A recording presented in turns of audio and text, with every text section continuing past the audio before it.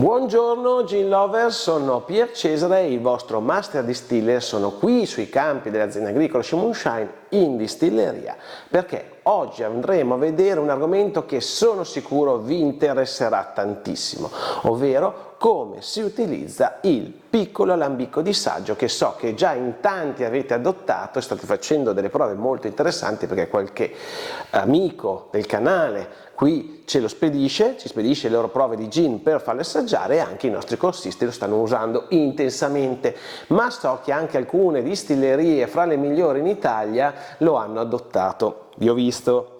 Comunque qui sotto in descrizione trovate il link per acquistarlo con un piccolo sconto. Ricordiamo che questo alambico arriva dall'Ucraina, quindi sì, lo fanno lì e capita magari che ci può essere qualche ritardo, ma di solito in 2 settimane arriva sempre.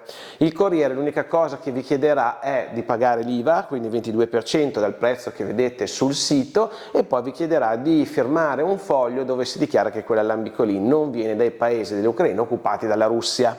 Quindi è un alambico che è facile da acquistare, non spaventatevi perché è in Ucraina, e mi raccomando, il modello più interessante, perché ce ne sono altri modelli anche più grossi, è il modello, quello più piccolo, quello del link qui sotto. Perché? Perché ha le giuste proporzioni fra quello che è caldaia e corrente di vapore, e per darci quindi delle prove molto simili a quello, soprattutto in corrente di vapore, che è il modo di lavorare degli alambicchi da produzione, alambicchi moderni per la produzione di London Dry Gin.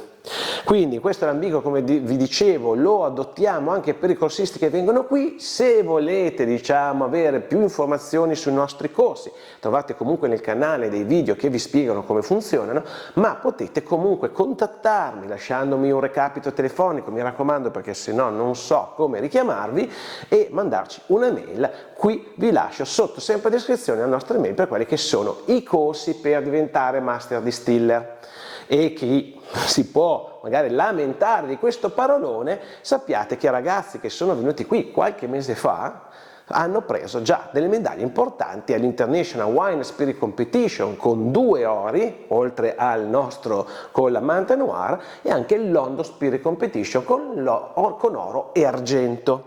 Quindi sono ragazzi che in pochi mesi hanno saputo fare molto bene, quindi non ditemi che ci vogliono anni per diventare Master Distiller o essere figli d'arte, quando questi ragazzi a livello mondiale in uno dei concorsi più difficili hanno fatto la barba a gente che probabilmente c'è più di loro. Magari un po' di fortuna sicuramente ci è voluta, ma comunque se il prodotto non era buono non avrebbero sicuramente preso una medaglia d'oro.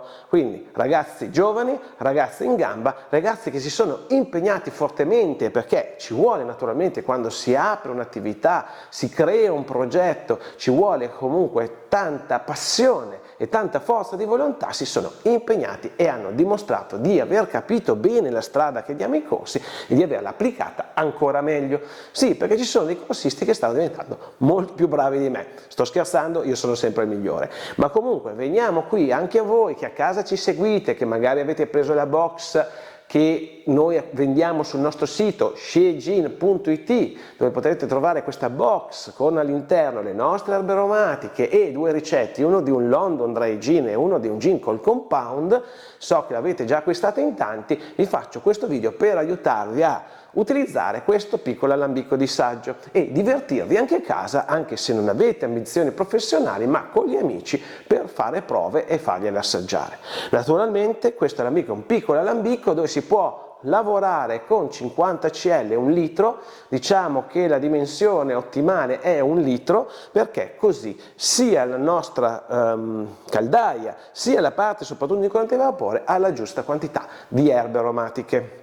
Quindi trovate, come vi ho detto, i contatti sul nostro sito internet, dove potete acquistare anche i nostri gin, vermouth ed amari e quelli dei nostri corsisti che usano le nostre erbe aromatiche nella produzione dei loro gin, sul sito sciegin.it. oltre ai contatti per chiamarmi, oltre alle box che non c'è solo quella crea il tuo gin, ma c'è anche quella per fare l'amaro, e qui abbiamo il nostro amaro appena messo in botte. Quindi dopo avervi detto tutte queste cose sul corsi, non corsi, eccetera eccetera, come acquistare l'alambico, che comunque sono interessanti, andiamo a vedere come utilizzare questo piccolo alambico di saggio. Intanto andiamo a vedere il perché è così interessante. Intanto è un alambico moderno perché non è che gli alambichi che ci sono in Italia sono inferiori come qualità, ma spesso e volentieri sono delle repliche di alambichi per produrre spiriti di frutta che non hanno nessuna attinenza dimensionale, quindi soprattutto nella parte corrente di vapore, con quelli per la produzione di gin. Quindi negli alambichi che troviamo in Italia spesso e volentieri non troviamo questa chiusura ermetica, ok, che abbiamo su questo, ma troviamo ad incastro, quindi con tutta la rottura di scatole di dover mettere una pasta per far sì che il vapore non esca, e soprattutto troviamo dei basket e dei colli degli alambico molto larghi come la caldaia, e quello è il problema più grosso perché ci impedisce di lavorare bene in corrente di vapore, e poi ve lo andrò a spiegare. Lo spiegherò con un piccolo esempio. Prendiamo qui quello che è un basket di un alambico moderno, vedete che è alto e stretto, simile a quello che è il basket, adesso lo andiamo a prendere, andiamo a smontare, ok? Simile al basket, come vedete, come forma, e guardate anche la caldaia che è di là, quindi la caldaia è molto più larga rispetto al nostro basket, perché nel gin non c'è una quantità di erbe aromatiche molto alte e noi lavoriamo sia in caldaia che in corrente. Quindi per far sì che il vapore, che è vapore e quindi se trova una strada, passi da altre parti e non ci estragga bene quelle che sono le nostre erbe aromatiche all'interno del basket, dobbiamo comunque creare un certo spessore, una certa quantità di erbe aromatiche che comunque ci permetta di riempire tutto il basket e di non lasciare passaggi liberi al vapore che se ne andrebbe senza passare nelle nostre erbe aromatiche. Quindi questo è uno dei motivi perché questo basket, che si carica al contrario rispetto a questo, è sicuramente molto interessante perché riprende la forma dei basket degli alambichi da produzione e ci dà la possibilità, anche con 50 cl e anche con le poche erbe aromatiche che mettiamo normalmente in corrente di vapore, perché non tutti i gin hanno una quantità di erbe aromatiche immensa, soprattutto in corrente, perché noi facciamo un metodo misto corrente caldaia, ci permette di, anche lavorando con 50 cl, di avere quindi la giusta quantità di erbe aromatiche per far sì che non rimangano spazi di passaggio per il vapore, cosa che purtroppo in alambichi con basket larghi 5 volte, 6 volte tanto, sarebbe impossibile riempirlo, o se lo riempissimo utilizzeremo talmente tante erbe aromatiche che poi avremo un prodotto con problematiche quindi di trasparenza, di opacità, perché andremo a sovraccaricarlo di oli essenziali. Le erbe aromatiche in gin sono poche, quindi questo basket che lavora in corrente di vapore ci permette comunque, anche se sono poche, di avere la giusta quantità per far sì che il vapore ci passi all'interno e che non passi da altre parti. Quindi vediamo come è fatto intanto questa parte. Qui abbiamo il nostro raffreddamento, un raffreddamento chiuso, ok? Chiuso come quelli degli alambichi da produzione, quindi non abbiamo quei pentolini con l'acqua che gira e la serpentina. Oh ragazzi, io che ogni tanto sento cose strane, allora serpentina è una questione di raffreddamento, non è che se l'alambico è serpentina o ha questo tipo di raffreddamento che sono varie canne immerse nell'acqua, il prodotto che esce è completamente differente. La serpentina era un metodo, diciamo, antico nei primi alambicchi che aveva un'efficienza limitata, questi sicuramente sono molto più efficienti, e che si utilizzava perché era facile da produrre, ma non è che perché serpentina o non serpentina quella ci dà la differenza fra le qualità del prodotto che facciamo fra l'alambico moderno e l'alambico passato, ok? Qualcuno ha cercato di spiegarmi così la differenza fra la vodka, comunque lasciamo perdere. Questo è, diciamo, un raffreddamento moderno dove all'interno abbiamo l'acqua che riempie e probabilmente abbiamo un tubo che trasporta quindi il vapore che qui dentro si andrà a condensare e qui poi ci uscirà il nostro gin. Quindi vediamo che si carica da questa parte, quindi naturalmente un trucco che vi posso dare, mi raccomando, le botaniche che già sono le più delicate rispetto a quelle che mettiamo in caldaia, mettetele non diciamo in basso, perché quando giriamo saranno schiacciate dall'altra, ma in alto, ok? E poi abbiamo questo piattino che ci permette di chiudere e far sì che le botaniche non vadano a finire all'interno della nostra caldaia. Ora, un altro trucco che si può utilizzare per separare un po' meglio le botaniche in corrente da quelle in caldaia è, perché anche se poi naturalmente mi raccomando, quando poi le avete messe controllate che siano posizionate bene in modo da non lasciare spazi per far passare il vapore, è quello di tenerle più alte mettendo all'interno magari una paglietta di rame, ok? Per uso alimentare.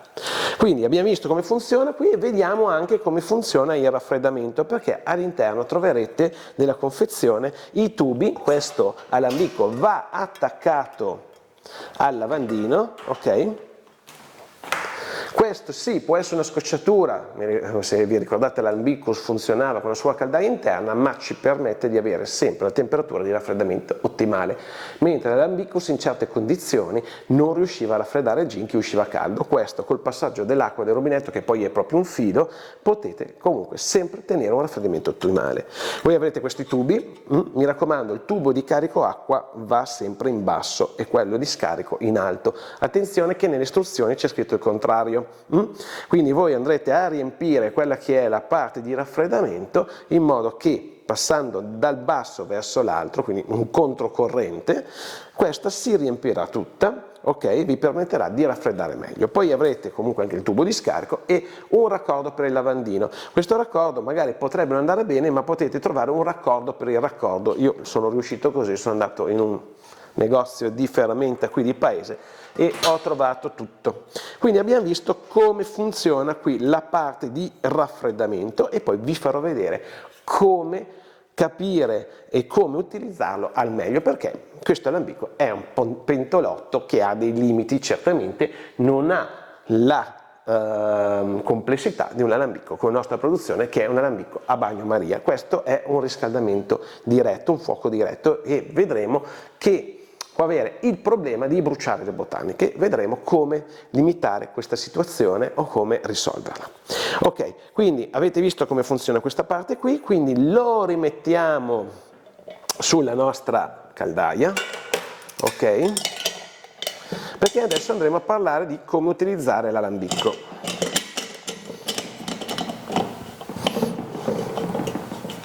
Qui abbiamo un termometro, voi probabilmente lo avrete sull'elmo, io ho un vecchio modello che ce l'aveva in caldaia, quindi poi vi spiegherò le differenze della temperatura. Voi misurerete la temperatura della corrente di vapore che sarà più bassa rispetto a quella della caldaia e poi lo vedremo. Quindi questo è l'alambicco, vedete qui è bello chiuso e ermetico, quindi non avete problemi, attaccato una volta all'acqua.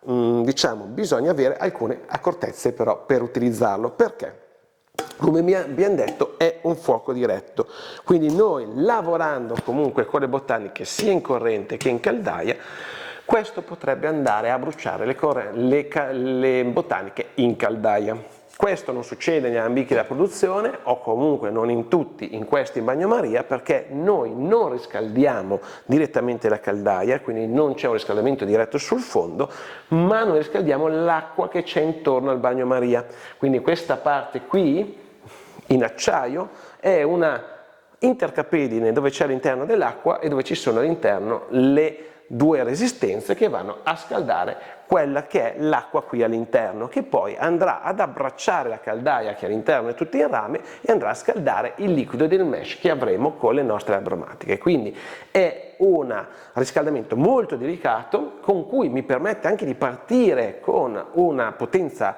a massima potenza, diciamo, per andare a rendere la prima parte di riscaldamento, che poi è inutile, la più breve possibile, e poi una volta che sono arrivati a la temperatura giusta per la distillazione posso spegnere noi abbiamo 2 resistenze con 3 step l'una, posso spegnere 2 o 3 di questi step e quindi rimanere costante con la mia temperatura per avere una distillazione che sia delicata e diciamo alla giusta temperatura dell'alcol, che vedremo che però c'è una particolarità.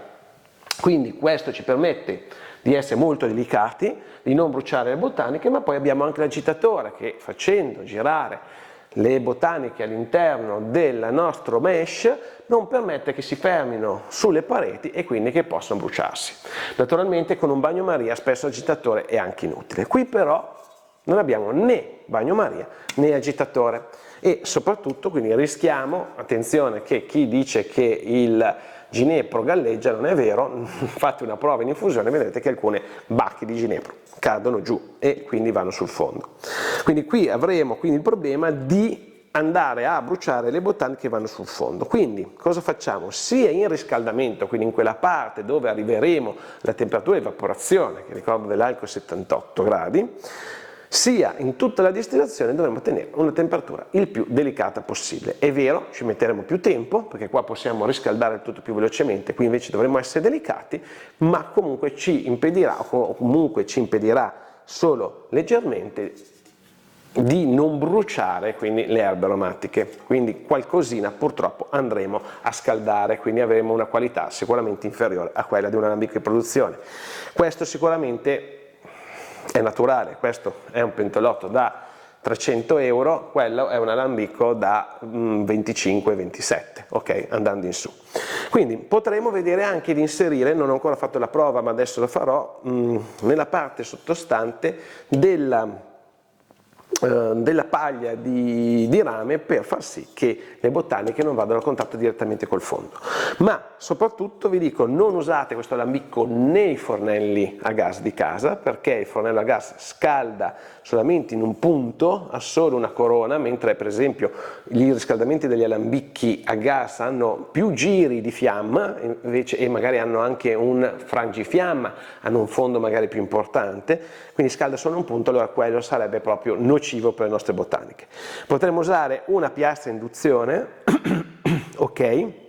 Oppure potremmo usare anche quei fornelletti col piano in ghisa che si usano in campeggio. Questo per avere almeno, ok, il riscaldamento su tutto quello che è il fondo, ok, e non su un punto solo. Ma qual è il problema di utilizzare un fornelletto, una piastra induzione? Perché molti corsisti mi dicono: ma sulla piastra mi dai i gradi, a che gradi lo metto? Guardate, nessuna piastra purtroppo è uguale agli altri, la piastra misura i gradi qui, naturalmente ci vorrà, perché lui è rame, un fondo per pentole diciamo ad induzione che ci aiuti a scaldarlo, altrimenti se ce lo mettete sopra non si scalda il rame sull'induzione. Quindi nel fornelletto a campeggio che trovate su Amazon c'è un potenziometro che potete regolare voi diciamo a step la temperatura. Sulle piastre, questa è una piastra a 400 euro quindi è un po' più precisa, è professionale, ma sulle piastre a casa abbiamo sì un'indicazione della potenza e della temperatura, ma la temperatura non veritiera, perché spesso vediamo che è superiore rispetto a quello che abbiamo, che dobbiamo diciamo imprimere alla caldaia per avere la giusta delicatezza nella distillazione. Facendo una piccola parentesi, noi distilliamo tutto le botaniche in caldaia e in corrente, non facciamo infusioni prima. Ok, l'infusione prima di 24 ore normalmente è un retaggio che viene dal passato, che aveva nel passato e soprattutto negli alambicchi a fuoco diretto una motivazione, ok? La motivazione è che erano alambicchi come questo, ma più grandi, che potevano bruciare le botaniche, quindi facevano un'infusione prima delle botaniche, ma queste non venivano messe dentro l'alambicco, ma veniva messa solo infusione proprio per non andarle a bruciare. Ok? Quindi è una cosa che con gli alambicchi moderni come questo, che noi dobbiamo andare a imitare in questa produzione, perché se vogliamo portare le nostre ricette anche a farle produrre conto terzi è meglio fare la distillazione più simile a quella dell'alambicco dove andremo a fare la nostra produzione, viene distillato tutto in caldaia senza quindi fare un'infusione di 24 ore prima. È una cosa che viene dal passato, è una cosa che chi lo fa sbaglia, ok? Si fa tutto in caldaia, le botaniche escono poche e in 4-5 ore il nostro amico della produzione riesce assolutamente ad estrarre tutte le botaniche, sono circa 3-4 kg che compongono un gin.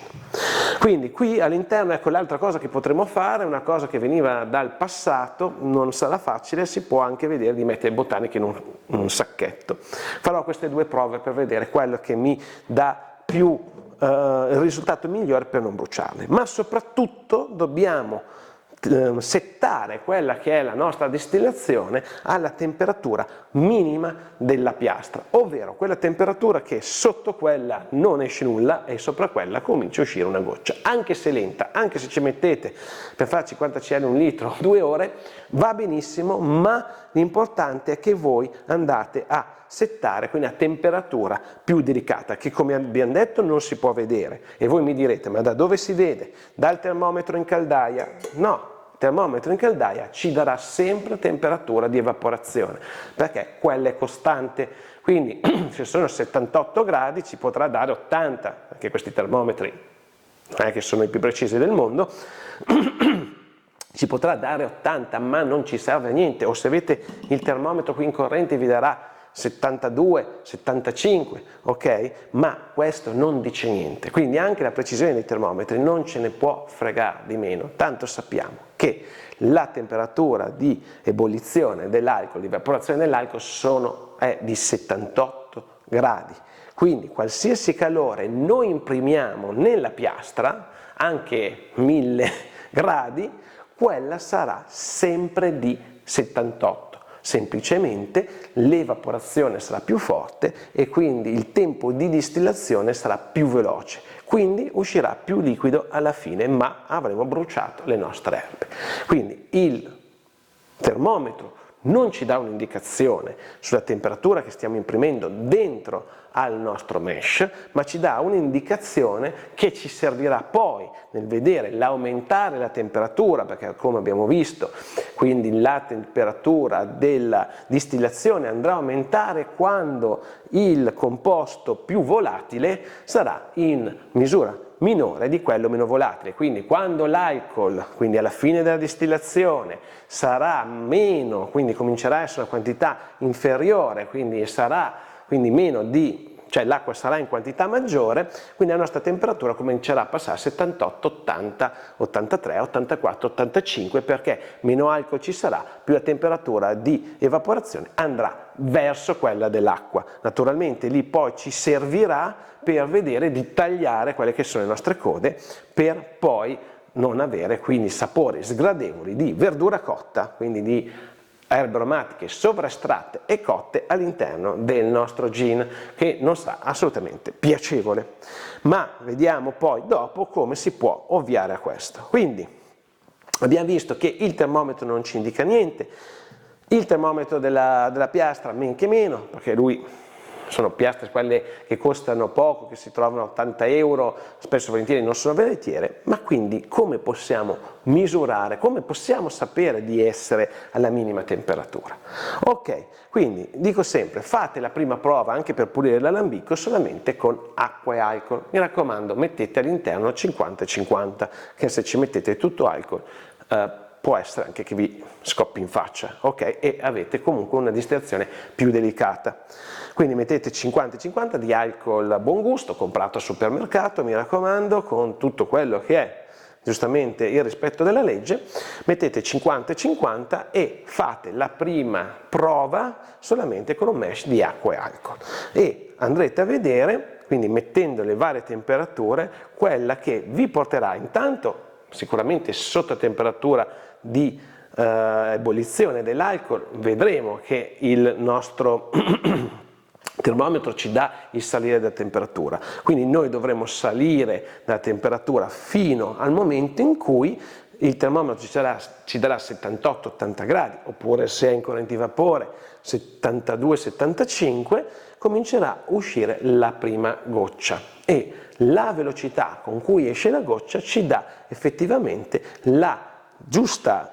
l'indicazione alla giusta e più delicata temperatura di distillazione, perché se sono alla temperatura più bassa uscirà quindi una goccia lentamente, se vado sotto non uscirà niente. Quindi so che a quel riferimento della temperatura della piastra o degli step del nostro fornelletto da campeggio, sappiamo che quello è la temperatura più delicata per la distillazione, perché è sotto la quale non uscirà niente. Quindi la goccia che esce ci dà l'indicazione della giusta velocità e quindi la giusta temperatura che stiamo imponendo al nostro alambicco, per non andare a bruciare le erbe che ci sono all'interno.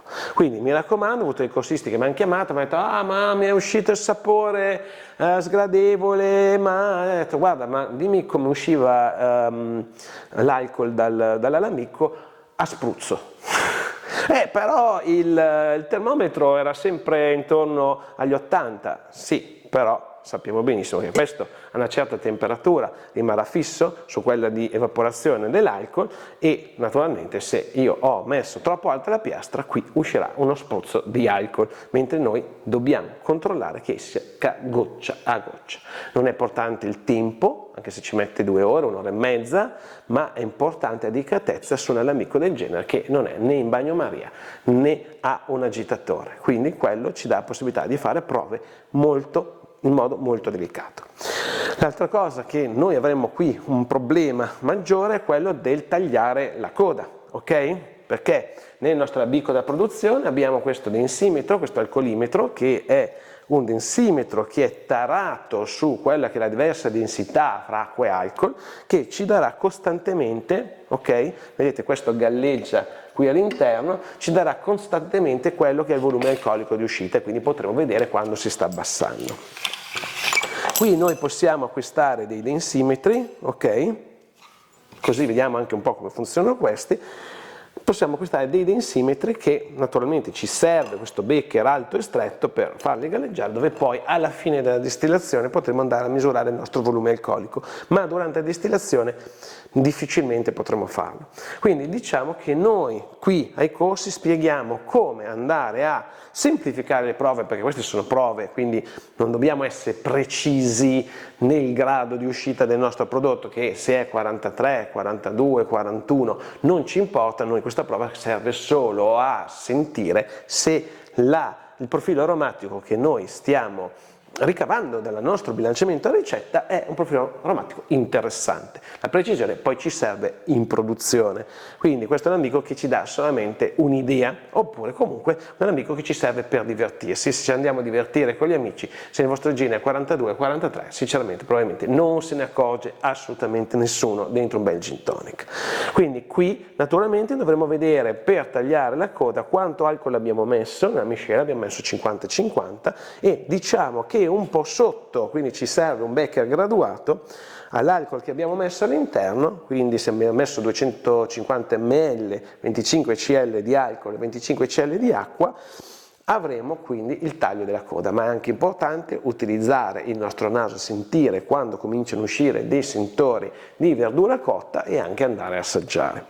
Poi quando abbiamo la quantità di alcol, quindi diciamo un po' meno di 250 ml, andiamo ad aggiungere la stessa quantità di acqua, ok? In questo caso avremo un gin, perché questo alambicco esce intorno agli 85 volumi alcolici, avremo un gin intorno ai 43-44. Quindi una cosa molto semplice per andarlo a utilizzare. Naturalmente la vostra migliore amica brocchetta graduata.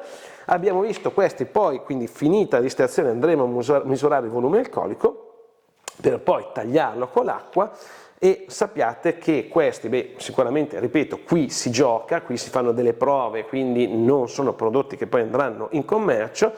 Questi sono dei densimetri, di alcolimetri cinesi, mentre nell'alambicco abbiamo uno tedesco, costano poco, si trovano su internet e ci servono per comunque cominciare a far pratica a usare quel tipo di strumento che poi ci servirà se noi vorremmo aprire la nostra distilleria e che comunque avremo all'interno dell'alambicco. Sappiate che questi sono corretti a 20 volumi, a 20 gradi di temperatura ambiente, ok? O comunque del liquido, infatti vi danno anche un fantastico termometrino, quindi se la temperatura nella stanza o del liquido è più alta o più bassa, avrete una tabella con cui andrete a comparare temperatura e volume alcolico per avere il giusto grado.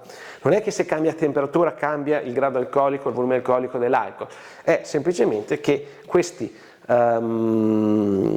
densimetri sono tarati a 20 gradi di temperatura, quindi sono loro che se la temperatura si alza o si abbassa, quindi probabilmente cambia anche il volume, la densità all'interno del nostro miscela, loro comunque hanno una misurazione sballata e va ritarata utilizzando questa tabella. Quindi abbiamo visto un po' di cose interessanti, ripeto, se volete una ricetta, perché molti mi chiedono quanto ginepro ci devo mettere, quanto qui, quanto là, cosa mettere in caldaia, cosa mettere in corrente, trovate le nostre box sul sito shegin.it dove c'è proprio una ricetta che potete prendere, diciamo, come riferimento per la produzione di un London Dry Gin all'interno di questo alambicco, ok? E in più trovate le botaniche classiche, comunque ce ne sono, mi sembra una decina, che si utilizzano, che noi utilizziamo all'interno della produzione dei nostri London Dry Gin. Quindi questo è quanto per questa spiegazione, sempre lunga, sempre intensa, e se non avete capito qualcosa potete mettermi un commento sotto il video e mi farà piacere rispondervi. Dall'altro lato mettete un like al canale perché fa sempre piacere, quindi andiamo verso i 2000 iscritti, non siamo tantissimi ma è un canale molto specializzato su un argomento che non è proprio per la persona della strada, non facciamo recensioni di gin, impariamo come produrre prodotti liquoristici, ok? Questo anche per i nostri corsi, per chi vuole farlo a livello professionale, e ricordatevi, quello che investirete sul corso è veramente poco rispetto a quello, ai vantaggi che vi darà. 1. Non sbagliare e non buttare soldi su attrezzatura che non vi servirà, e 2. Comunque avere già una strada, diciamo, ben definita su come bilanciare le vostre ricette e quindi non perdere tempo, e che tempo si sa è denaro, e quindi concentrarsi solo su quello che è veramente importante, ovvero il bilanciamento delle erbe aromatiche, quindi fare prove in questo alambicco per capire come bilanciarle e come avere il miglior profilo aromatico. La scienza lasciamola agli extraterrestri, non lo so, lasciamola stare, perché non ci serve. Noi qui lavoriamo con uno degli strumenti più importanti che tuttora oggi forse